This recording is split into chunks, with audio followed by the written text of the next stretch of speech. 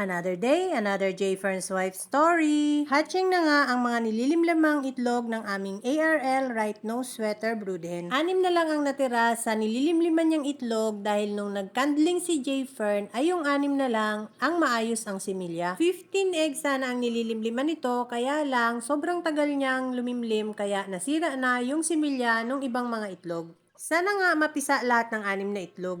At itong white broodhen naman ay mukhang hatching na rin ang mga itlog dahil meron akong naririnig na nasiyap na sisiw. Halos magkasunod kasing lumimlim itong white broodhen at yung ARL right nose sweater broodhen namin. Kaya yan, halos sabay din silang mapipisa. Araw-araw ay laging napunta din si J. Fern sa manukan dahil lagi niyang sinusubaybayan ang mga inalpasandong mga cockerels. Nasanay na sila sa wet feeding kaya iyan binabasa lagi ang kanilang patuka. Multilite Premium Water-Soluble Vitamins ang pinambabasa namin sa patuka ng aming mga cockerels. Yung painom nila ay pure water lang.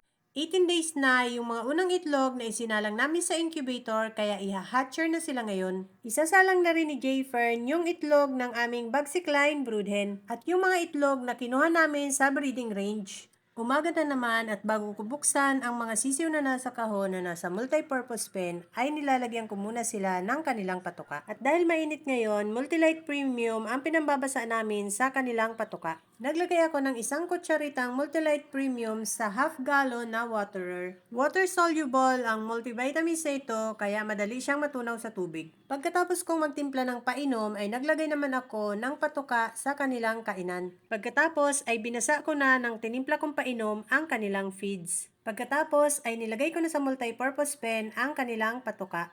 Pagkatapos ay tinanggal ko muna ang plywood na partition ng multipurpose pen. Dahil mabilis nga lumaki ang mga sisiw, ayan 3 kahon na ang pinaglalagyan namin sa kanila. May butas ang bawat kahon para hindi nasusuffocate ang mga sisiw at meron din yang sa pinakarton na araw-araw ay pinapalitan. Pagkatapos ko ngang ilabas ang lahat ng mga sisiw, nagsimula na namang mamalo ang mga sisiw na matatapang. Kaya hinuli ko agad para ihiwalay at ilagay sa scratch pen. Hanggat may namamalo ay laging kagulo ang mga sisiw na nasa multipurpose pen. Kaya 3 sisiw ang tinanggal ko. Tahimik na ang ibang sisiw nung natanggal ko yung 3 matatapang. Pagkatapos kong pakainin ang lahat ng mga manok, ay nilagyan ko na sila ng painom. Lahat ng manok namin ay Multilite Premium din ang pinapainom namin sa kanila. Nilalagyan ko sila ng painom na kaya nilang ubusin hanggang tanghali lang. Para hindi mapanis ang kanilang painom at paghapon naman ay tubig na lang ang pinapainom ko sa kanila. 7-in-1 ang Multilite Premium kaya kompleto na ito sa mga vitamins na kailangan ng ating mga manok. Meron din itong probiotic, ito yung good bacteria na kailangan ng ating digestive system. At meron din itong CGF, Chlorella Growth Factor. Yung 6 na nilimliman ng ARL ay napisa lahat at dahil napisa na nga siya lahat, baba na ng baba ang inahin. Gutom na siguro yung inahin kaya baba na siya ng baba. Buti na lang yung mga sisiw ay hindi na baba sa pugad.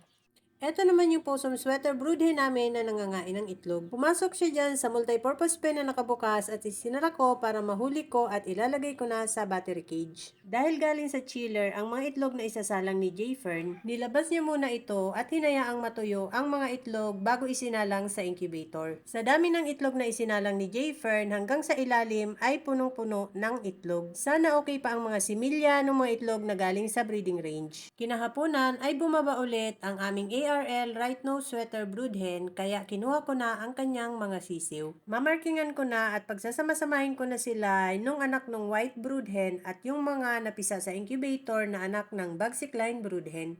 Ito na lahat yung 6 na sisiw niya at yung ARL broodhen naman ay nasa baba na at nanunuka na. Mamaya ko na lang siya huhulihin at ilalagay ko na rin sa battery cage. Minarkingan ko na nga ang lahat ng mga sisiw at pinagsama-sama ko silang lahat sa isang karton. Ganyan nga lagi ang ginagawa namin sa mga sisiw, hinihiwalay na agad namin sa inahin pagkatapos nilang mapisa. Kinuha na namin yung 5 sisiw ng white broodhen at meron pa rin siyang natirang itlog na may crack pa lang. Hihintayin na lang naming mag-hatch yung mga may crack na itlog bago namin kuhanin at pagsasama-samahin dyan sa karton. Bago kami matulog ay tiningnan namin ang nililimliman ng white broodhen at may 2 na uling napisa. Tuyo na rin yung 2 sisiw kaya kinuha namin at isinama namin doon sa karton. Nagtataka si J. Fern sa isang sisiw ng aming white broodhen bakit daw ganyan ang kulay. Parang kakulay daw kasi ng hatch. Puro sweater ang mga broodhen dito at wala naman ditong hatch na pwedeng mambaba. Kinuha na namin yan ni Jayfern at baka maipit pa ng white broodhen, isinama na namin doon sa karton ng mga sisiw.